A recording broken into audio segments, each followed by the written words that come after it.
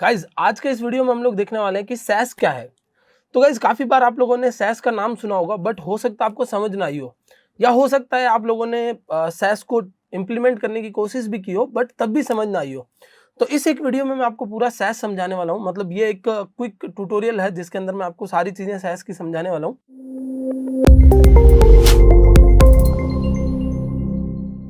उससे पहले मैं आप लोगों को ये समझा देता हूँ कि सैस है क्या। ठीक है, so simply Sass is semantically awesome style sheet. ठीक है, मतलब क्या है इस चीज का, तो देखिए जो स्टाइल शीट हम लोग अब तक सीएसएस से बनाते थे वही है, उसको थोड़ा सा ऑसम कर दिया। ऑसम का मतलब ये होता है कि उसको थोड़ा सा बदल दिया या उसको थोड़ा सा कूल बना दिया, थोड़ा सा यूजर फ्रेंडली बना दिया। तो ऐसा इस चीज का कोई मतलब नहीं है कि आप ऑसम या इन चीजों का कोई मतलब निकालो, बट जो यूज करने का तरीका है वो बदल चुका है, या फिर जो यूजर या जो डेवलपर है उसके लिए चीजें आसान हो चुकी है। ठीक है, तो कैसे आसान होती है, तो सीएसएस जो हम लोग पहले इंप्लीमेंट करते थे, सैस जो है वो उसका एक एक्सटेंशन है। मतलब Sass is a preprocessor of CSS. Preprocessor यानी कि आपने कोई कोड लिखा, उसको प्रोसेस करके अब सीएसएस बनाया जाएगा। मतलब आपने एक्चुअली लिखा तो सीएसएस ही है, ठीक है, या मतलब आपने जो भी लिखा है वो दिखता सीएसएस जैसा ही है, but it is not actually CSS yet. उसको प्रोसेस करके सीएसएस बनाया जाएगा। जैसे अगर आपने कभी रिएक्ट जेएस के बारे में पढ़ा हो, या रिएक्ट जेएस अगर आपको आती हो, तो रिएक्ट जेएस में हम लोग एचटीएमएल नहीं लिखते, जेएसएक्स लिखते हैं, और जेएसएक्स को कन्वर्ट किया जाता है एचटीएमएल के अंदर। सो सेम यहाँ पर हम लोग लिखेंगे सैस को और वो सीएसएस में कन्वर्ट हो जाएगी। ठीक है, so Sass is a CSS preprocessor. Okay, Sass जो है वो हर सीएसएस के वर्जन के साथ कंपेटेबल है। सीएसएस 3 सीएसएस जो भी हम लोगों ने पढ़ी है उन सभी के साथ कंपेटेबल है, और सारी प्रॉपर्टीज एज इट इज काम करती है। और सैस के आने की वजह से आप जो है वो सीएसएस तो वैसे ही लिख रहे हो, बट टाइम सेविंग सीएसएस है। थोड़ा सा टाइम आपका बच रहा है, आप जो रिपीटेशंस करते थे वो थोड़ी सी बच रही है। अभी जब मैं इंप्लीमेंट करके दिखाऊंगा तो आपको इजीली समझ में आ जाएगी। बहुत इजी चीज है, कोई बहुत हार्ड नहीं है। ठीक है, अब ये जो सैस है ये हमें क्या क्या फीचर्स देता है, तो सैस हमें एक नेस्टिंग का फीचर देता है, वेरिएबल्स देता है, ऑपरेटर्स देता है, यूज नाम का एक इंक्लूड स्टेटमेंट कह सकते हैं आप, या यूज नाम का एक स्टेटमेंट प्रोवाइड करता है, मिक्सिंग एंड इंक्लूड नाम का स्टेटमेंट प्रोवाइड करता है, और एक्सटेंड नाम से एक स्टेटमेंट प्रोवाइड करता है विच रिप्रेजेंट्स इनहेरिटेंस। अगर आपने कभी ऑब्जेक्ट ओरिएंटेड प्रोग्रामिंग पढ़ी हो, तो ना भी पढ़ी हो तो भी इस वीडियो में आपको समझ में आ जाएगा कि एक्सटेंड क्या करता है। तो चलिए चलते हैं हम लोग सीधा अपनी कोडिंग स्क्रीन पर, और सबसे पहले मैं यहाँ पर एक सैस नाम से फोल्डर बना लेता हूँ। इस फोल्डर को मैं अपने वीएस कोड पे लगा लूंगा। ठीक है, और वीएस कोड पर सबसे पहले आपको क्या करना होगा, तो वीएस कोड पर जाते ही आपको यहाँ एक्सटेंशंस पे क्लिक करना है, और एक्सटेंशन लाइब्रेरी में लिखना है सैस कंपाइलर। ठीक है, तो सबसे ऊपर आपका एक लाइव सैस कंपाइलर आ जाएगा, ये जो एक आई का सिंबल बना हुआ है। ठीक है, तो ये आपका एक सैस कंपाइलर आ जाएगा, और जैसे आप इस पे क्लिक करेंगे और आप यहाँ पर इंस्टॉल पर क्लिक कर सकते हैं, तो ये आपका इंस्टॉल हो जाएगा। ठीक है, तो अब नेक्स्ट हम लोगों को इंस्टॉलेशन के बाद क्या करना है, तो हम लोगों को यहाँ आना है और एक फोल्डर बनाना है, इसको नाम दे देंगे हम लोग सैस। ओके, और एक फाइल बना लेंगे हमारी index.html। This is an HTML file. ठीक है, और एक्चुअली रूट डायरेक्टरी में होनी चाहिए थी, ये बाहर ले लेते हैं, और इसमें मैं बनाऊंगा एक फाइल मेरी custom.sas। ठीक है, सैस की ये मेरी फाइल हो गई, और मैं यहाँ आऊँगा, और ये देखिए नीचे आप देख सकते हो वॉच सैस करके लिखा हुआ है, मतलब सैस कंपाइलर को ऑन करना है। सैस या SCSS दो अलग अलग चीजें होती है, हम लोग अभी सैस के बारे में बात कर रहे हैं। तो सैस को अगर आपको कंपाइल करना है तो यहाँ पर लिख देना है वॉच सैस। ठीक है, तो this is watching the Sass file, और आप देखेंगे तो यहाँ कुछ चेंजेस भी आए हैं। जैसे यहाँ एक मैप फाइल आ गई। ठीक है, और मैपिंग कहाँ से कहाँ हो रही है, तो मैपिंग सैस फाइल से CSS फाइल में हो रही है, जिसमें अभी तक हम लोगों ने कोई CSS नहीं लिखी है। ठीक है, तो मैं यहाँ आता हूँ और मैं यहाँ पर एक HTML स्ट्रक्चर बना लेता हूँ, और यहाँ लिखता हूँ मैं एक हेडर टैग। हेडर के अंदर मेरा एक H1 है। ठीक है, और H1 में मैंने लिखा है हेलो देयर, या hello welcome to WS cube tech. ठीक है, H1 मतलब हेडर, हेडर के अंदर H1 और hello welcome to WS cube tech. अब हम लोग क्या करेंगे, CSS वाली फाइल को लिंक कर देंगे। मतलब काम करने का तरीका कुछ नहीं बदला है, वही है, सेम चीजें हैं, बस आपको क्या करना है, आपको अब सैस पर आपका कोड लिखना है और वो CSS में कन्वर्ट हो जाएगा, और CSS यहाँ लिंक हो जाएगी। ठीक है, तो चलिए अब चलते हैं हम लोग, और मैं यहाँ हेडर नाम का जो मेरा टैग है उसको टारगेट करता हूँ। ठीक है, और एक्चुअली करली ब्रैकेट्स यहाँ नहीं है, यहाँ पर सिर्फ इंडेंटेशन से काम चलता है, तो करली ब्रैकेट्स आपको भूल जाना है। अगर आपकी CSS की आदत है तो आप करली ब्रैकेट्स लगाएंगे कई बार। हम लोग सैस की बात कर रहे हैं, यानी SASS, ठीक है। अगर हम लोग SCSS की बात कर रहे होते तो करली ब्रैकेट्स आते, वो एक अलग चीज है, उसके बारे में बाद में बात करेंगे। तो मैं यहाँ दे देता हूँ विड्थ शैल बी 100%, ठीक है, 100%। एंड हाइट जो होगी वो कितनी होनी चाहिए, तो हाइट मैं दे देता हूँ 50 px। और बैकग्राउंड कलर, ठीक है, बैकग्राउंड का जो कलर होगा वो मैं यहाँ एक बार दे देता हूँ ब्लू, फिर हम लोग ब्लू को चेंज कर लेंगे, ठीक है। तो background colour is blue, okay. तो अब आप यहाँ पर आएंगे और ये क्या करेगा, उसी चीज को जो आपने यहाँ लिखा है, ठीक है, उसको ये CSS में कन्वर्ट कर देगा। एक चीज और आपको ध्यान रखनी है, जो मैंने यहाँ गड़बड़ कर दी थी, कि यहाँ सेमी कॉलन्स भी नहीं आएंगे, ठीक है, सेमी कॉलन्स भी आपको हटा देना है, ओके। और अब देखिए, ये मैंने यहाँ हेडर की CSS लिखी, और जैसे आप सेव करोगे तो आप देख सकते हो कि जो हमने सैस लिखी थी वो CSS में कन्वर्ट हो गई है। तो ये हेडर की विड्थ आ गई, हाइट आ गई और बैकग्राउंड कलर ब्लू आ गया। और हम लोग इसको यहाँ से गो लाइव कर देते हैं, ठीक है। मैं हमारे लाइव सर्वर पे ओपन कर देता हूँ, तो आप देख सकते हो हेलो वेलकम टू WSCubeTech लिखा हुआ आ गया। अब इधर आते हैं और हम लोग यूनिवर्सल सिलेक्टर यानी स्टार को सिलेक्ट करते हैं, ठीक है। और ये ध्यान रखिएगा, इंडेंटेशन का बहुत ज़्यादा ध्यान रखना ज़रूरी है इसके अंदर। और यहाँ मैं लिख देता हूँ पैडिंग 0, ठीक है, पैडिंग विल बी 0, और सेमीकॉलन भी नहीं लगाना है, मार्जिन विल बी 0, ठीक है, पैडिंग 0, मार्जिन 0, और बॉक्स साइजिंग बॉर्डर बॉक्स, ठीक है। कोई आपको सेमीकॉलन नहीं लगाना है, कोई आपको करली ब्रैकेट्स नहीं लगाने हैं, और ये फाइनली जो है वो इस तरीके से कन्वर्ट हो जाएगा। अब देखिए, सबसे अच्छा फायदा क्या है कि आपने क्या लिखा था, बॉक्स साइजिंग बॉर्डर बॉक्स, ठीक है। अब उसको वेंडर प्रीफिक्स के साथ ऐड करके सैस ने क्या किया है, कुछ इस तरीके से बना दिया, WebKit box sizing border box और एक बॉक्स साइजिंग बॉर्डर बॉक्स, ठीक है। तो आपने सिंपली जो प्रॉपर्टीज थी वो लिखी, सैस ने उसको कंपाइल किया और CSS बना दिया। और सैस में कोई भी करली ब्रैकेट नहीं होता, कोई भी सेमीकोलन नहीं होता, सिर्फ इंडेंटेशन पे काम होता है। ये सारी चीजें स्टार का पार्ट है, क्योंकि एक टैब अंदर है, अगर एक टैब पीछे होती तो इसका पार्ट नहीं हो सकती थी, ये आपको ध्यान रखना है, ठीक है। अब हम लोग हेडर के अंदर ही आ जाते हैं, मतलब मैं हेडर के इस इंडेंटेड लाइन में आके H1 को टारगेट करता हूं, और फिर मैं नीचे वाली लाइन में आके लिख देता हूं कलर एंड वाइट, ठीक है।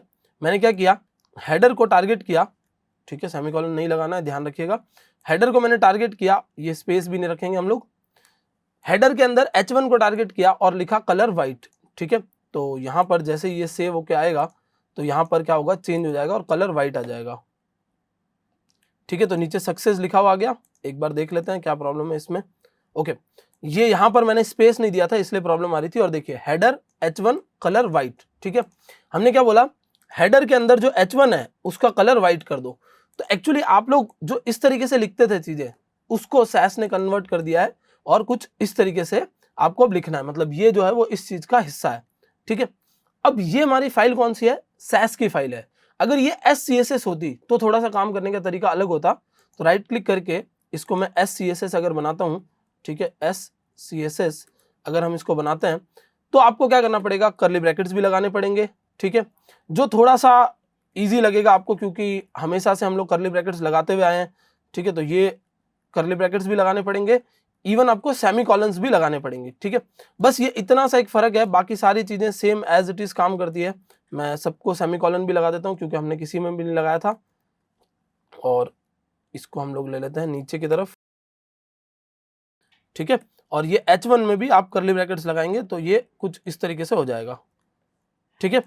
अब हम लोग आ जाते हैं, और जब ये सैस, पहले क्या हो रहा था, सैस कंपाइल हो रही थी, अब SCSS कंपाइल हो रही है। और अब भी आप देखेंगे कि आउटपुट वैसा के वैसा आ रहा है। दोनों के अंदर बस छोटा सा डिफरेंस क्या है सैस और SCSS में, कि सैस के अंदर आपको करली ब्रैकेट्स नहीं लगाने, सेमीकोलन्स नहीं लगाने हैं, लेकिन SCSS में आपको करली ब्रैकेट भी लगाना और सेमीकोलन भी लगाना पड़ेगा। बस that is the only difference, उसके अलावा कुछ भी नहीं है। तो ये जो पहला टॉपिक मैंने यहाँ पर लिस्ट किया था उसके बारे में हम लोगों ने बात कर ली, नेस्टिंग, ठीक है। आप इस तरीके से इंटरनल नेस्टिंग कर सकते हो जैसे हम लोगों ने यहाँ पर की है।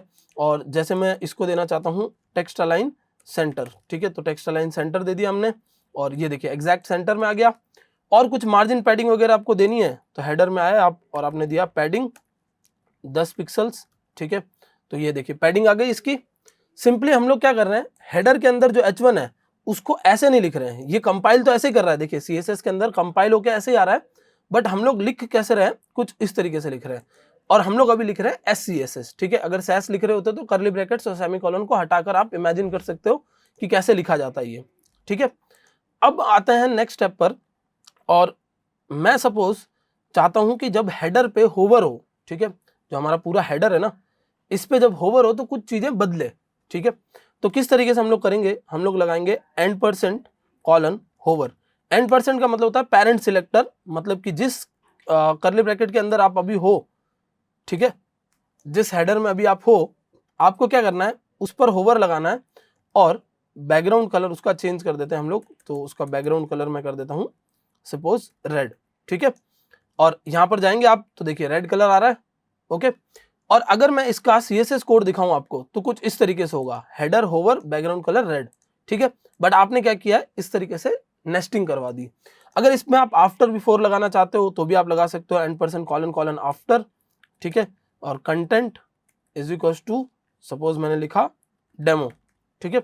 तो मैंने बोला कि उसके आफ्टर में डेमो आ जाना चाहिए, तो आप देख सकते हो यहां पर लिखा हुआ आ गया, ठीक है। तो आप कोई भी सूडो सिलेक्टर्स या कोई भी सिलेक्टर्स बना सकते हो, क्योंकि ये इसका हिस्सा है तो इसके अंदर आप वो सारी चीजें रख सकते हो, ठीक है। ये हमारा हेडर सेक्शन बन गया एक। अब मैं आता हूं नीचे और एक और मेन सेक्शन बनाता हूं, ठीक है। मेन सेक्शन के अंदर मैंने एक पैराग्राफ लिखा और उसमें लॉरेम इप्सम का कुछ कंटेंट डाल दिया, और ऐसे मैंने क्या किया, 2 पैराग्राफ्स ले लिए, ठीक है, 2-3 पैराग्राफ्स ले लिए हमने। तो ये आपको पैराग्राफ दिख रहा है कुछ इस तरीके से, ओके। और एक बार चेक कर लेते हैं कि ये कुछ जो प्रॉब्लम है वो क्यों आ रही है। ओके, इसका डिफॉल्ट कलर ब्लू है बट यहाँ जाते ही रेड आ जा रहा है, तो इसका मतलब कुछ ना कुछ एरिया जो है वो इसका एक्सटेंडेड है। ओके, ये देख सकते हो आप, H1 जो है वो कुछ इतना बड़ा दिख रहा है, मतलब H1 जो है वो एक्सटेंडेड है, हेडर के अंदर तो फिक्स उतनी ही जगह है। तो आपको क्या करना है, सिंपली जाकर हेडर के अंदर से ये हटा देनी हाइट, ठीक है। तो हेडर इतना बड़ा हो गया, और एक्चुअली मैंने एक छोटी सी गड़बड़ कर दी है, मैंने हेडर के अंदर ही मेन को डाल दिया था, इसलिए गड़बड़ हो गई थी। तो अब हेडर के बाहर आ गया है मेन, और रिफ्रेश करते हैं, इधर सेव कर लेते हैं, ठीक है। तो ये मेन हिस्सा हो गया। अब हम लोग वेरिएबल्स की बात करेंगे, ठीक है। तो हम लोग आ जाते हैं, इधर लिखते हैं CSS में मेन की विड्थ में दे देता हूँ 1110 pixels, margin shall be auto, ठीक है, 1110 पिक्सल मार्जिन ऑटो, और फॉन्ट साइज 30 पिक्सल्स, ठीक है, या फॉन्ट साइज हम लोग 20 पिक्सल्स दे देते हैं। और मेन के अंदर जो पैराग्राफ टैग है उसको हमको टारगेट करना है, तो हमें क्या लिखना है, P, सीधा P लिखा आपने और लिख दिया मार्जिन टॉप जो है वो 15 पिक्सल्स, ठीक है। तो मार्जिन टॉप से 15-15 पिक्सल्स का आ गया। सपोज मेन को भी हम लोग एक बैकग्राउंड कलर देना चाहते हैं, and that shall be blue only, ठीक है। मेन का जो बैकग्राउंड कलर होगा वो भी ब्लू होगा, मेन का जो टेक्स्ट का कलर होगा वो क्या होगा, व्हाइट होगा। मैं इसके अंदर भी जो टेक्स्ट का कलर है हेडिंग के अंदर, हेडर के अंदर, वो भी ऊपर ले जाता हूं, ठीक है। टेक्स्ट का कलर व्हाइट होगा और बैकग्राउंड कलर ब्लू होगा, और हम इसमें कुछ पैडिंग भी दे देते हैं। तो इधर मैंने दे दी पैडिंग 10 पिक्सल्स की, ठीक है। अब सपोज मुझे ये कलर चेंज करना है, ठीक है, तो मैं कैसे करूंगा, तो मैं इन चीजों को वेरिएबल्स में सेट कर सकता हूं। ये जो आप देख रहे हो कि ओरिजिनल कलर क्या होना चाहिए, होवर पे कलर क्या होना चाहिए, मैं इसका भी होवर पे कलर जो है वो चेंज करवा देता हूँ, ठीक है। इसका भी होवर पे कलर जो है वो चेंज हो जाएगा और कुछ इस तरीके से आएगा, देखिए, ठीक है। अब मैं ये रखना चाहता हूं कि ओरिजिनल कलर क्या होना चाहिए या होवर पे जो कलर होगा वो क्या होना चाहिए, वो हम लोग कैसे डिसाइड करेंगे। तो उसके लिए हम लोग वेरिएबल्स बना सकते हैं, और आप देखोगे कि यहाँ पर ना CSS आपकी आती जा रही है, मेन के अंदर P है, मेन पे होवर हो रहा है।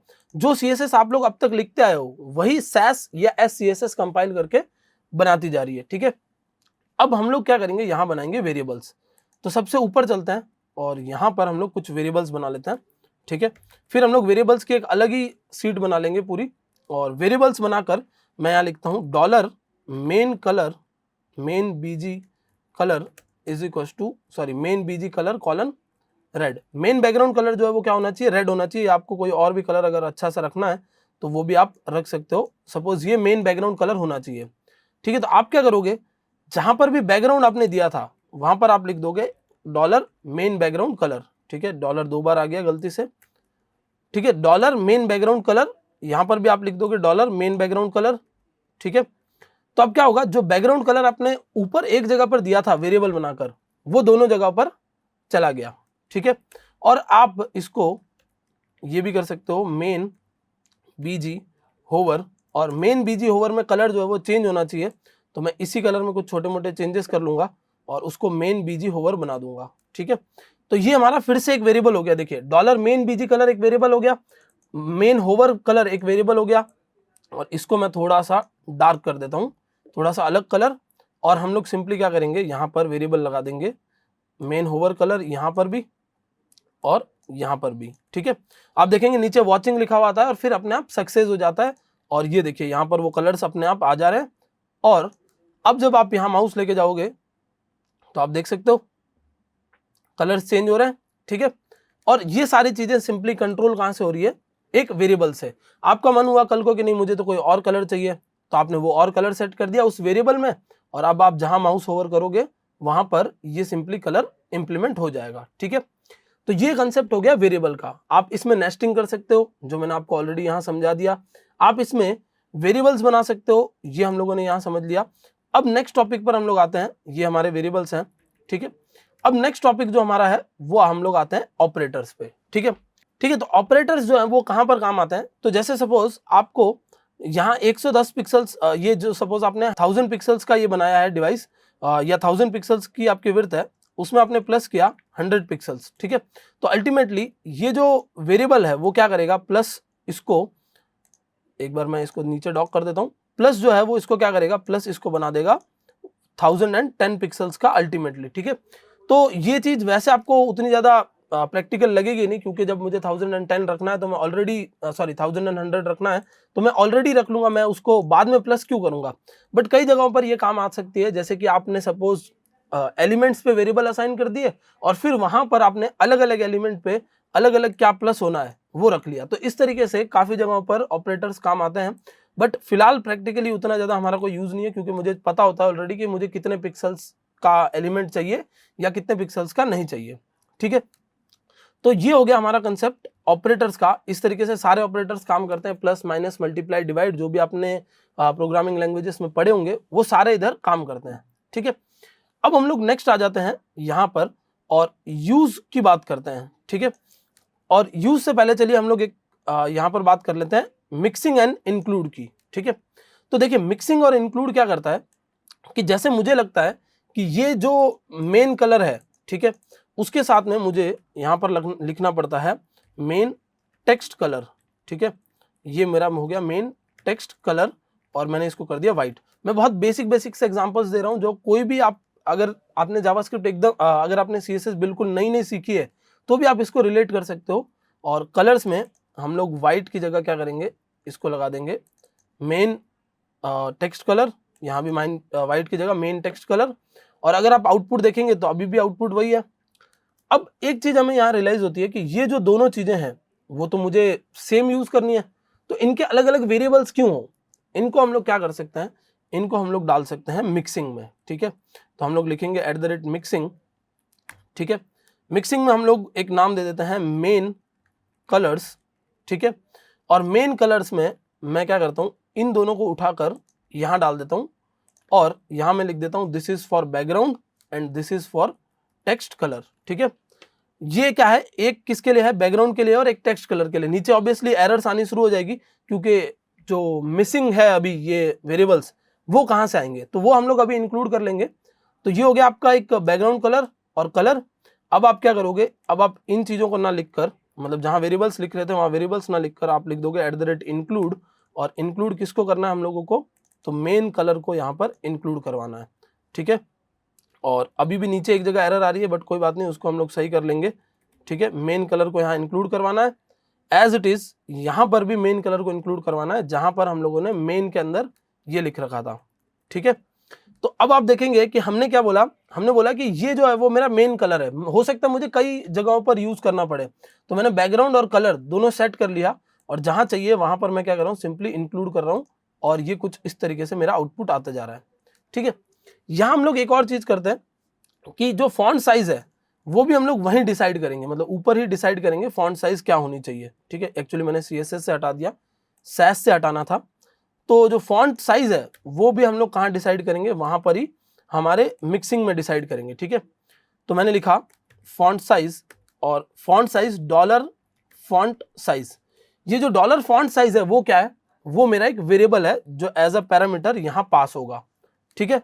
डॉलर फॉन्ट साइज मेरा एक वेरिएबल है जो एज अ पैरामीटर पास होगा, और जो मेन कलर्स को कॉल कर रहा है, ठीक है, वो दे देगा कि कितना चाहिए, तो 30px, ठीक है, इसने बोला 30px, हेडर ने बोला 30px, और ये क्या बोल रहा है, ये बोल रहा है 20px, ठीक है। तो हमने यहां से पास कर दिया 20px, यहां से पास कर दिया 30px, और अल्टीमेटली फॉन्ट साइज जो है वो आगे फॉन्ट साइज के यहाँ अटैच हो जाएगा।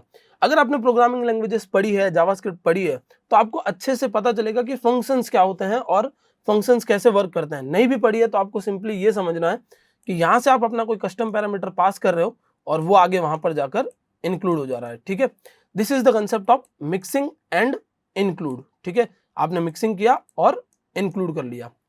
अब कई बार ऐसा होता है कि हम लोगों को वेरिएबल्स बहुत सारे चाहिए होते हैं, तो जैसे मेन बीजी कलर है, इसको मैं यहां न रख के क्या करूंगा, सैस के अंदर एक फाइल बना लूंगा। तो आपको एक नई फाइल क्रिएट करनी है _variables.sas, ठीक है, _variables.sas, और उसके अंदर क्या करना है, अपना वेरिएबल जो आपने यहां से कट किया था वो पेस्ट कर लेना है, ठीक है। तो आपने वेरिएबल्स को सिंपली एक अलग जगह पर डाल दिया, और आप यहां पर क्या करोगे, यहां लिख दोगे इंपोर्ट, ठीक है, इंपोर्ट करना है मुझे, और इंपोर्ट क्या करना है, _variable, ठीक है, इंपोर्ट करना है हम लोगों को, और @ लिखना पड़ेगा एक्चुअली, @import, ठीक है, और _variable या variables.sas फाइल, ठीक है, _variables.sas फाइल, और सेमीकोलन लगा देना है, नहीं तो ये गड़बड़ करेगा, ठीक है। तो ये आपने यहाँ पर कर लिया इंपोर्ट, और अभी देखते हैं ये कुछ प्रॉब्लम बता रहा है, तो इधर चलते हैं वेरिएबल्स वाली फाइल में, और यहाँ से एक्चुअली मैंने सैस फाइल बना दी है, मुझे इसको CSS सैस फाइल नहीं रखना है, मुझे SCSS फाइल रखना है, क्योंकि हम लोग अभी SCSS पे काम करने लगे, ठीक है। अगर आप सैस फाइल भी रखोगे तो कोई प्रॉब्लम नहीं, बस याद रखना है कि सेमीकोलन नहीं लगना चाहिए।